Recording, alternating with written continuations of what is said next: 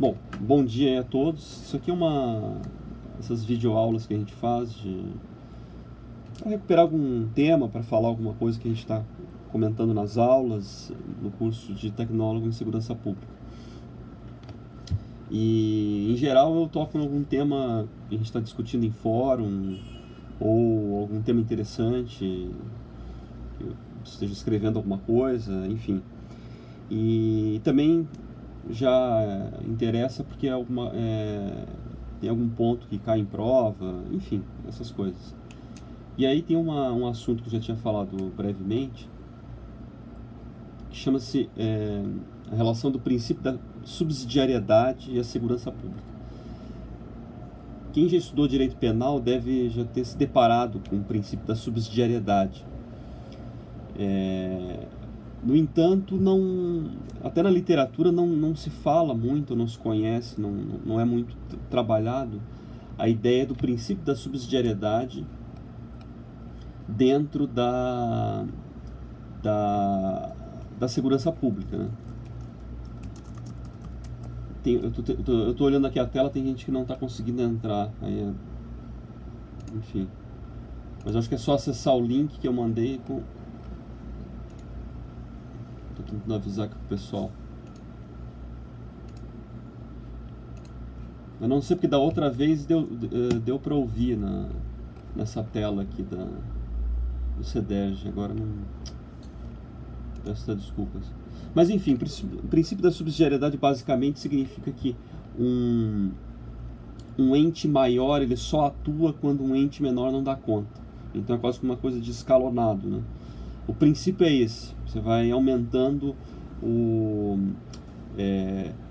a atuação maior ela se dá no âmbito local, então há um âmbito de abrangência conforme o ente menor não consegue ser capaz de atuar. Então no direito penal isso tem muito a ver, por exemplo, com a competência, né? A própria noção de competência federal e competência estadual tem a ver com isso. Então, crimes federais são de competência federal porque o ente menor não teria condições de atuar, já que são situações que transcendem o próprio âmbito local, né? Mas então esse princípio da subsidiariedade ele não é trabalhado de forma adequada na segurança pública, ou não é trabalhado nesse termo, né? E me parece que é até um tema de pesquisa, assim, porque como é que isso se encaixa dentro de uma ideia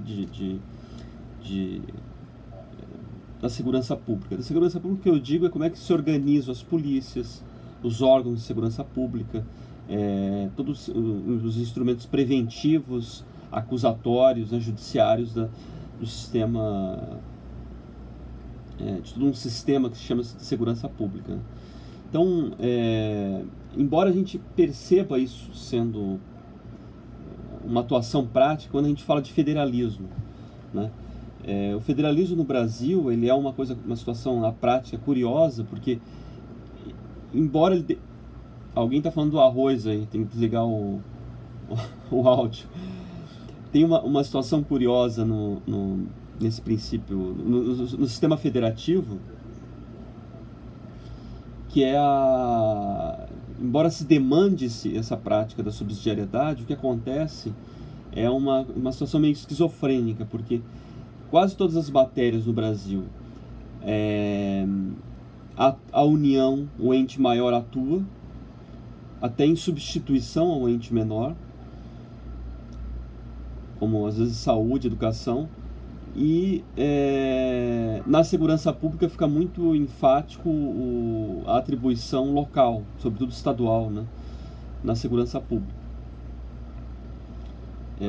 Então é um sistema federativo que ele é esquizofrênico porque atualmente só apenas uma competência realmente acaba sendo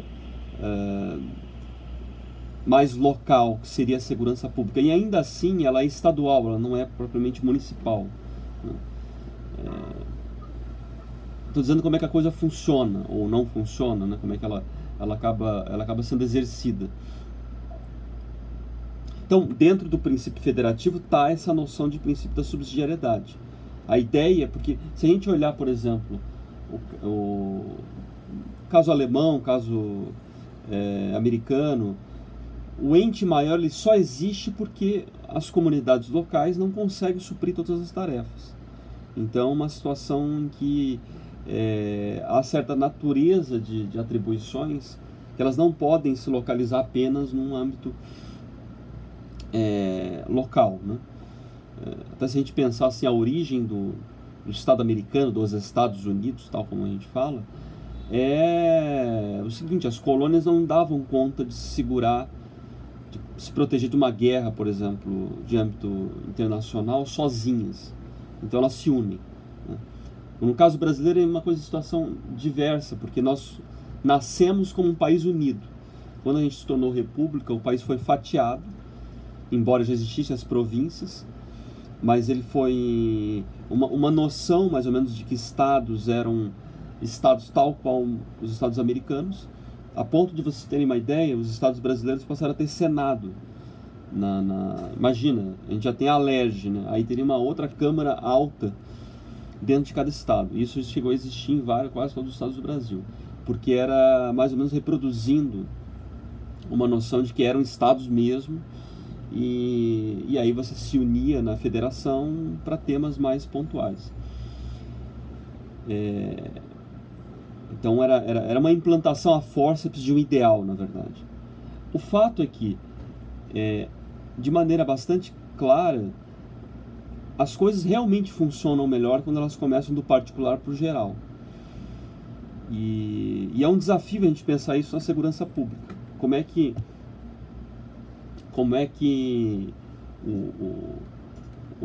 a gente pode pensar em sistemas em que o município possa atuar melhor, né, dentro das suas capacidades. Alguém escreveu eu até às vezes não estou olhando aqui as mensagens, alguém escreveu, seria uma espécie de confederalismo. A diferença de federalismo para confederação é uma diferença em relação à soberania, sobretudo. Então, um sistema federativo, os entes não têm soberania. Soberania é quem tem a palavra final sobre uma lei. No caso da confederação, os entes mantêm uma soberania. Então, é uma unidade voluntária e, embora ela pode ser permanente, ela não é tão marcante quanto da federação. Então, um exemplo até de soberania, de confederação, pode até ser a União Europeia.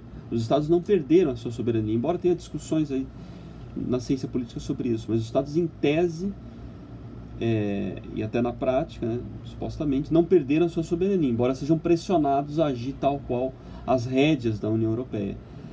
Inclusive, a União Europeia é um bom exemplo para se falar da questão da subsidiariedade, porque ela foi montada... A União Europeia, se a gente for falar assim, em termos assim, de ideia política, ela é uma espécie de carapuça do poder alemão. No fundo é isso. No fundo, quem manda na União Europeia é a Alemanha. Isso ficou muito claro quando a Grécia colapsou. Até se fala hoje, né, que o risco do Brasil, se não fazer as reformas, é se tornar uma Grécia. E todo país no mundo é se tornar uma Grécia. Ou seja, a Grécia não tinha dinheiro para pagar ninguém. Nada. Acabou todo o dinheiro. A mesa de discussão grega se dava em Berlim. Na verdade, não era nem Berlim, era Frankfurt, que é a sede dos bancos alemães, do Banco Central. Então, ali que foi decidido, porque, na verdade, eles eram os credores da dívida. A União Europeia foi feita... A base da União Europeia é o marco alemão, a base econômica. Porque eles são os que têm mais dinheiro e pautam a moeda. Tanto que os ingleses não mergulharam no euro, porque também você mergulhar numa outra moeda, você ceder um espaço de poder. Aí o fato é que acabou-se... mas, de todo modo, a União Europeia é um exemplo da questão da subsidiariedade, porque o modelo alemão, do Estado alemão federativo, ele tem como princípio a subsidiariedade, que é exatamente isso. O Estado, o ente maior, ele só entra na competência que o ente menor não consegue cumprir, né? Então, por exemplo, educação básica, quase tudo digamos assim, os municípios conseguem cumprir. Aí você vai subindo. Se o Estado não consegue, né, o Estado, digamos, província, cobre mais um pedaço, aí sobrou, não consegue mais. Imagina que você tem uma área contígua entre um Estado e outro, que tem uma pendenga ali, uma disputa, e aí entra o Estado maior para fazer essa cobertura, né? Quase como se esticasse o cobertor. Essa é a ideia. Então, aquilo que, por exemplo, em relação à matéria criminal, né, uma matéria federal, aí obviamente entra um ente federal cumprindo com a subsidiariedade, porque o ente menor não consegue atuar. Mas como eu estava falando, se no direito penal o princípio da subsidiariedade ele é tratado, ele é trabalhado, tem matérias de concurso, etc., dentro digamos assim, de matéria, modelo administrativo da segurança pública, é um tema, eu diria até raro. Eu até tentei pesquisar assim, antes de falar alguma coisa breve, eu até pretendo escrever sobre isso, artigos e tal. Perguntei para um amigo meu que também é da área, até mais da área do que eu, de segurança pública, ele defendeu uma tese agora sobre sistema carcerário, e ele falou, não, realmente não tem. Os tem é muito raro, é muito pincelado, é muito difícil encontrar. Agora, embora na prática das coisas, né, de como as coisas tentam ser resolvidas, isso se aplica. Você percebe, assim, por exemplo, como há uma preocupação dos municípios, como passou a ser uma preocupação dos municípios da segurança pública, né? Já que os estados não estavam mais dando conta, e a União também, de certo modo. Então a demanda começou a apertar para os municípios. Tanto que campanha, mesmo na última campanha para prefeito e vereador, já vinha o tema da segurança pública. Qual é o seu papel aqui? Embora constitucionalmente não fosse o papel principal. O papel principal na segurança pública dos estados. Então, isso já passou a ser uma demanda prática. Então, por isso que, por exemplo, se constituíram em certos lugares do Brasil coisas como comunidades de WhatsApp entre vizinhos, um sistema que se implantou, que é através um incentivo até do Ministério da Justiça, mas ele se faz no âmbito local, que são os CONSEGs, né, os Conselhos de Segurança da Comunidade. Aqui até foi, quem acompanha, por exemplo, no Rio de Janeiro, no site do ISP, tem cada mês, em algum lugar, tem essas reuniões. Embora aí é que tem um problema.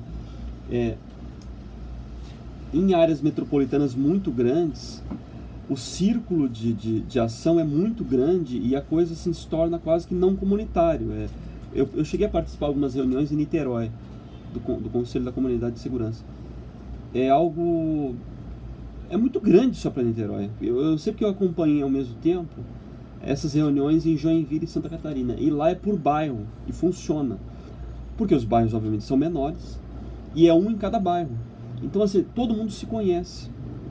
Essas redes, por exemplo, de vizinhos, de WhatsApp, um avisando se tem bandido e tal, acabam funcionando melhor. Por que eu estou dizendo isso? Se a gente for olhar para a natureza de certos crimes, da atuação de crimes, ou tanto na atuação, às vezes, de problemas locais de segurança pública, a gente percebe que parte de grandes dilemas, eles começam de pequenos problemas.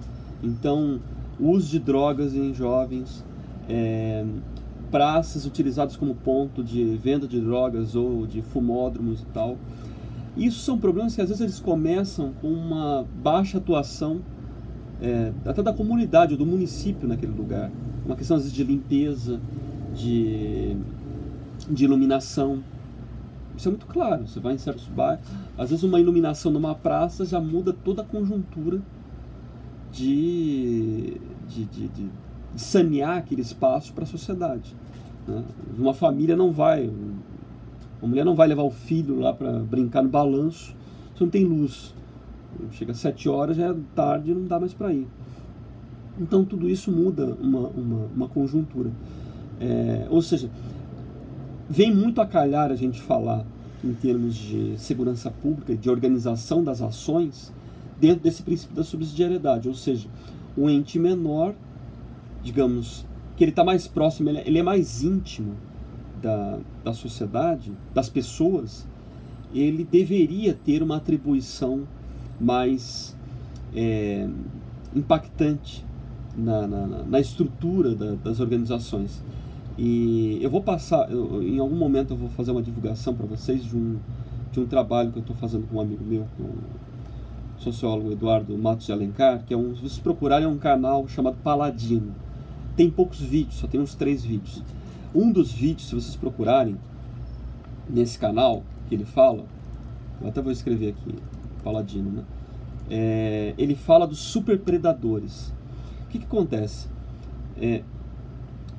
Superpredadores são aqueles agentes dentro de uma estrutura assim, da criminologia que é muito difícil você pensar numa recuperação do sujeito. Ele é um grande agente do crime e ele costuma ser uma liderança. Nós somos seres miméticos, nós somos seres copiadores. Então são sujeitos que costumam liderar.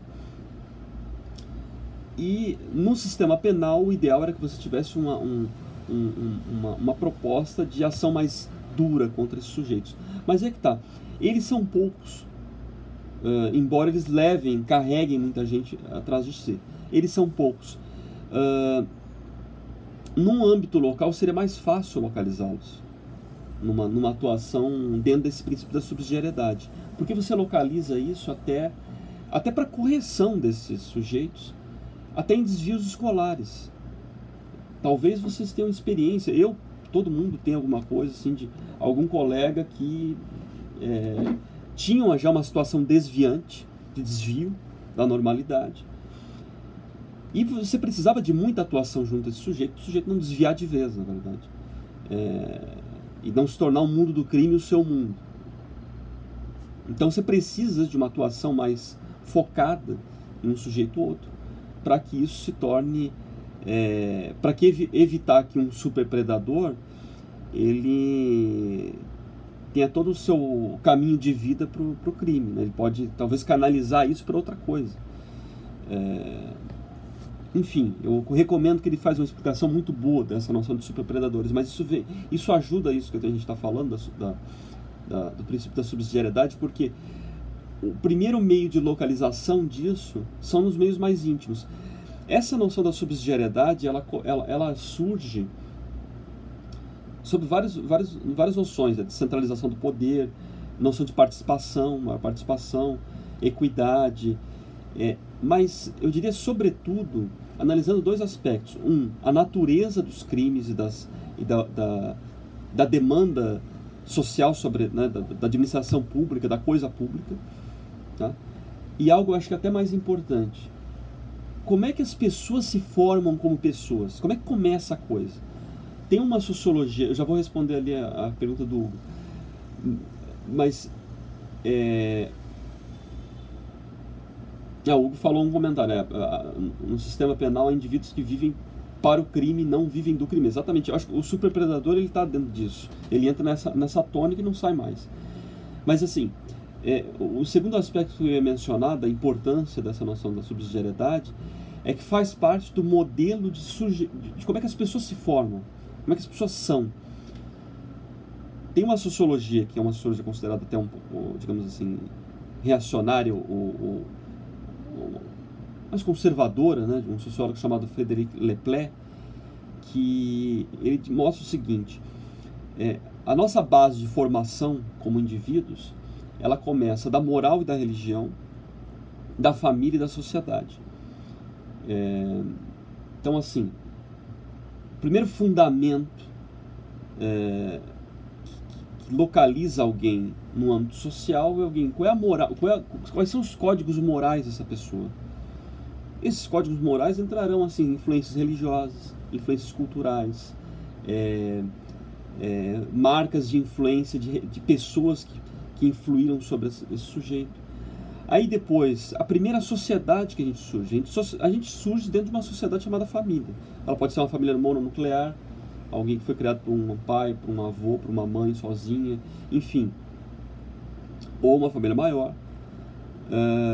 E aí ela se expande depois para um âmbito social, e aí é uma localização de várias instituições, escola, clubes, local de trabalho e tal.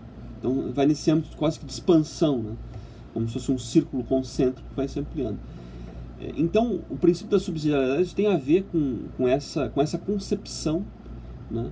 Mais uma vez, ela sofre um certo preconceito porque ela é tida como conservadora, mas de fato ela pode ser conservadora no sentido assim, qual é a natureza da constituição de um indivíduo? E de fato é isso, não é uma questão ideológica, é uma questão real, concreta. Nós nascemos assim, mas o sujeito vai depois se tornar um revolucionário, mas o fato é que todo mundo surge de um âmbito concêntrico muito estrito. Por exemplo, eu até recomendo para vocês, quem já viu, mas é muito interessante assistir. Quem tem acesso lá ao Netflix, a série Trotsky, do revolucionário russo. É muito interessante. E é exatamente como a mentalidade. Ali é uma explicação da mentalidade revolucionária. E o fundamento da questão, o tchan da coisa, é que toda disputa da vida inteira do sujeito é uma disputa com o pai dele. Isso assim, é chocante. Ele está prestes a morrer, mas é uma disputa com o pai. Então o âmbito revolucionário é um meio de escapar desse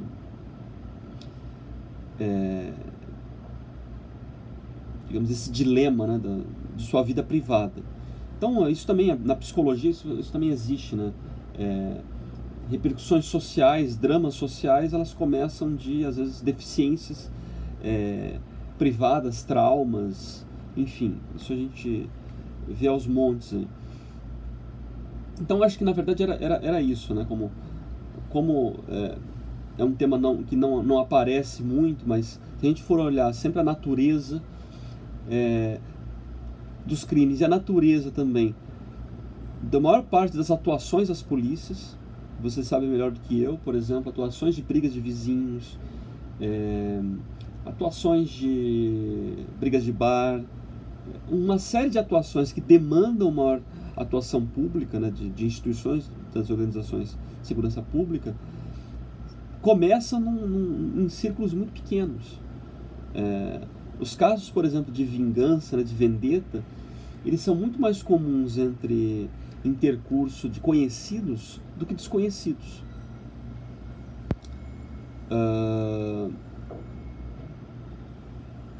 Você pega até, por exemplo, se a gente pegar as disputas de facções criminosas nos morros do Rio de Janeiro. A origem dos morros é uma origem muito quase que familiar, porque são conhecidos ou contraparentes que vai um chamando o outro, vai montando um sistema de ocupação, e aquilo tem um momento que tem uma ruptura entre grupos, né?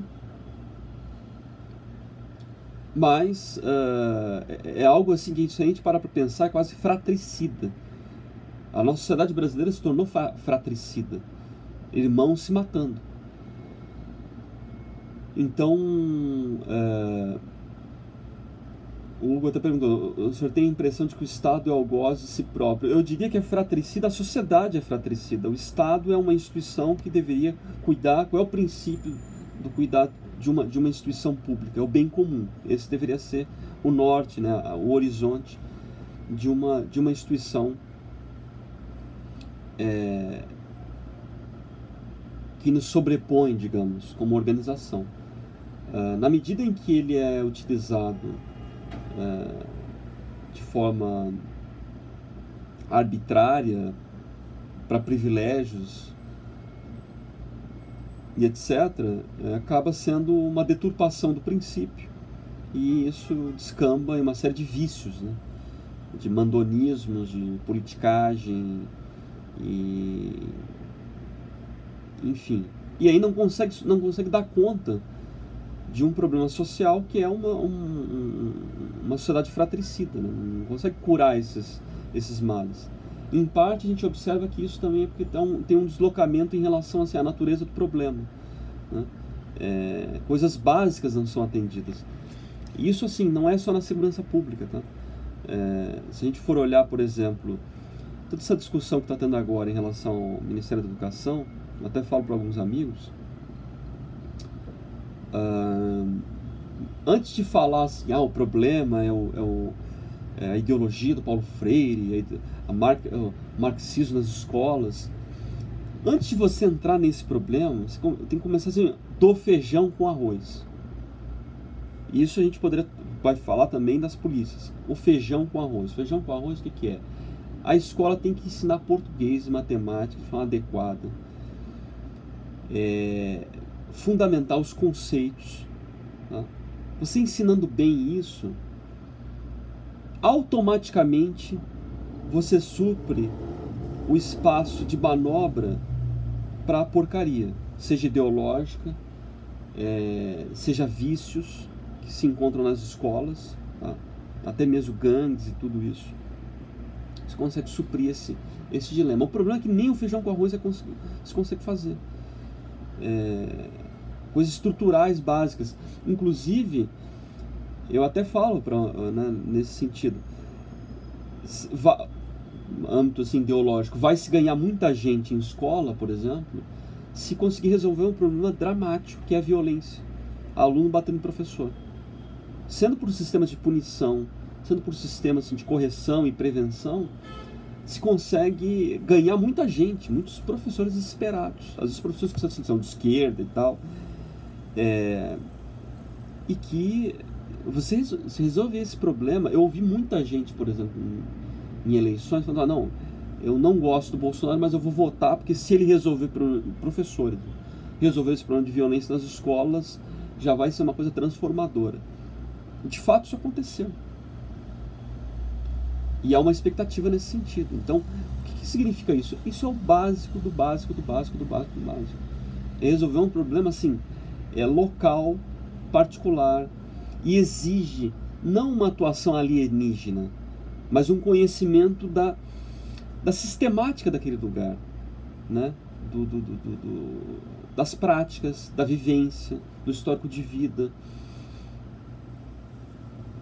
Até o Gabriel Rosa falou, né? Se a base não for estruturada, não vai sustentar, funcionar de modo eficaz. Exatamente. Então isso exige uma atuação nesse círculo concêntrico mais do comum para o geral, né? É claro que eu falei de governo federal. O governo federal tem um papel de pautar, de dar pautas, né? E de fazer um abrigo jurídico, sobretudo. Né? Leis que abriguem, que deem proteção para esse âmbito local poder ter liberdade de atuação e também de recursos, né? Então, como eu estava falando, o primeiro aspecto assim, a se observar nesse tema da subsidiariedade, assim, qual é a natureza do problema? E aí a gente encara qual é a natureza da instituição apropriada para agir sobre ele. Qual é a instituição, né, que vai fazer essa ação investigatória, prescritória, preventiva. Por exemplo, eu estava discutindo ontem, né, num grupo de segurança pública, um grupo de âmbito nacional, sobre... uma discussão sobre a criação, por exemplo, de uma Guarda Nacional no Brasil. Particularmente, eu penso que o problema no Brasil não é a quantidade de polícias. Ao contrário, não é ruim que tenha várias polícias, é até bom. Mas em cada uma tem que ter uma dinâmica de carreira, tá? De baixo para cima. Parar com esse negócio de oficial é só formado em direito, isso é ridículo. Isso não existe em países em que o sistema é eficiente. Segundo,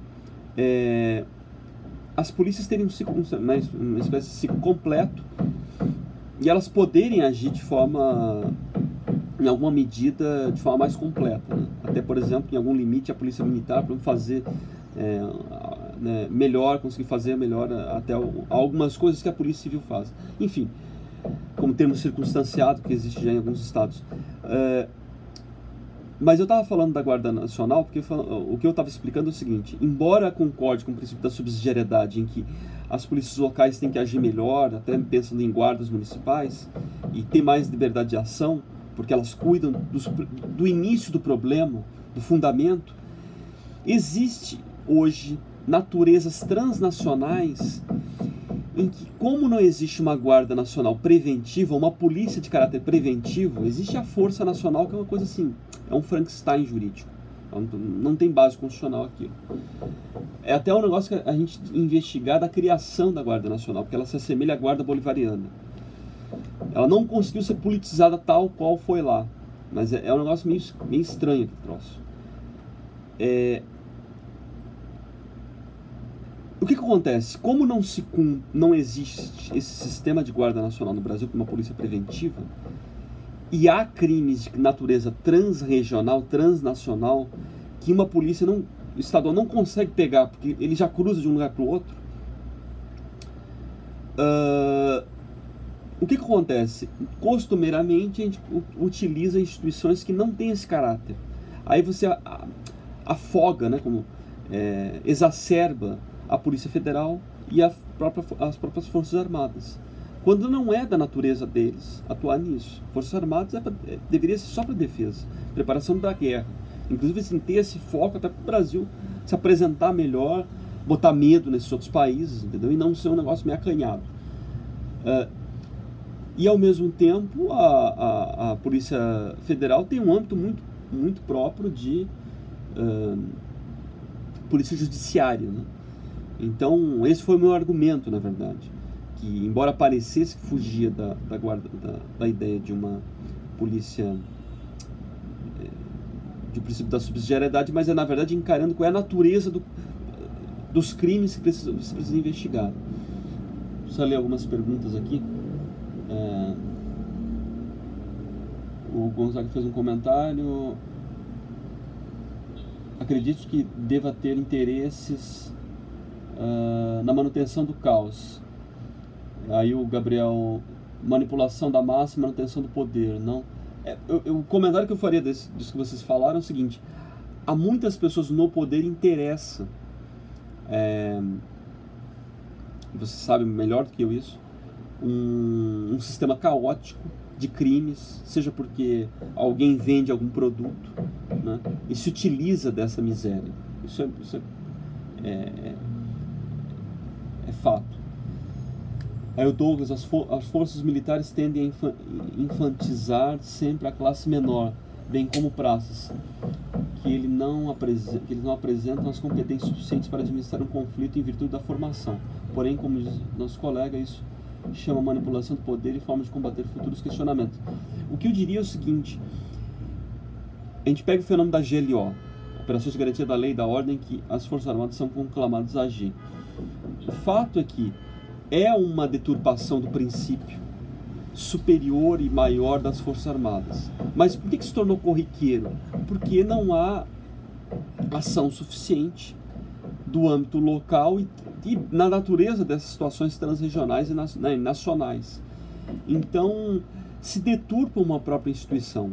E eu diria que as próprias Forças Armadas se incomodam, os comandos, embora assim a gente possa pensar, mas depois eles recebem recursos, como por exemplo, uma das críticas que se faz aqui ao balanço da intervenção federal é que, embora trouxesse resultados positivos, o fato é que quem melhor recuperou os recursos foram as Forças Armadas. De fato, isso era plausível acontecer. Como eles estavam na administração da coisa, eles vão proteger as suas instituições, já que foram mandados embora, entre aspas, né? A própria cooperação não foi, a gente viu isso naquele fórum da aula 1, a cooperação não deu tanto prosseguimento como deveria. Houve uma desagregação aí com esse governo, com o governo atual. Mas o fato é que aí entra um caráter aí de corporativo, né, de proteger a sua instituição. Isso acontece. Mas aí que tá, como é que isso... De onde isso começa? Porque você não atua adequadamente na natureza do crime, na natureza criminológica da coisa, né? Ou do problema social, digamos, sociopolítico que dá origem a essas atuações caóticas. Por exemplo, olha só, em vários ramos a gente encontra esse problema, tá? Quando não se atua adequadamente com os instrumentos necessários, você desloca o problema para uma outra instituição. Vamos pegar o caso do Mais Médicos no Brasil.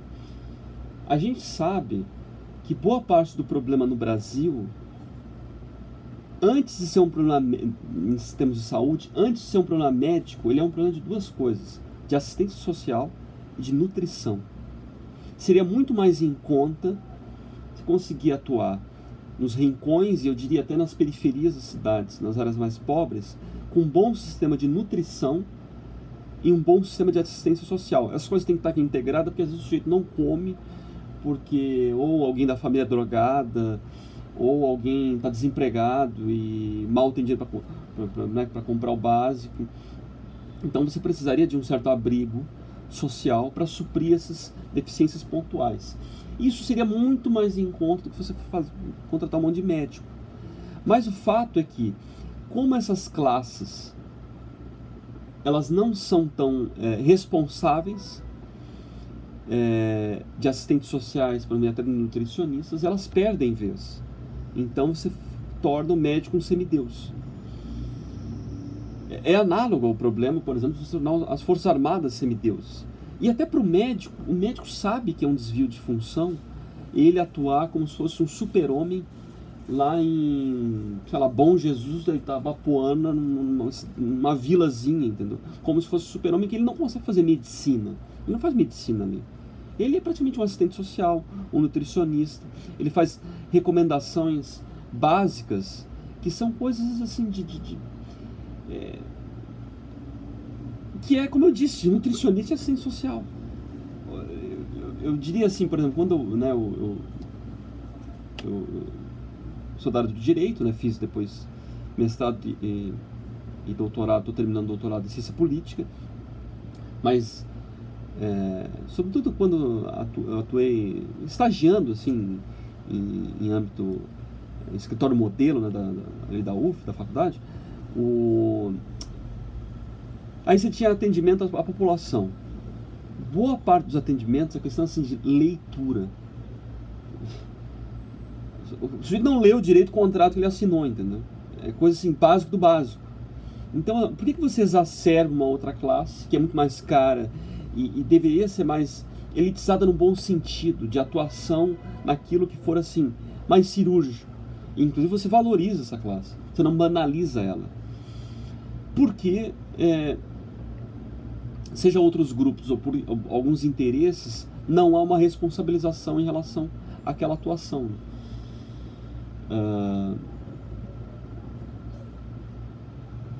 Aí enfim, voltando aqui eu não sei se eu fui claro com esse exemplo, mas eu acho que esse exemplo aí dos médicos, ele ajuda a entender esse problema que a gente vive. A Gabriela comentou alguma coisa? Tô ouvindo.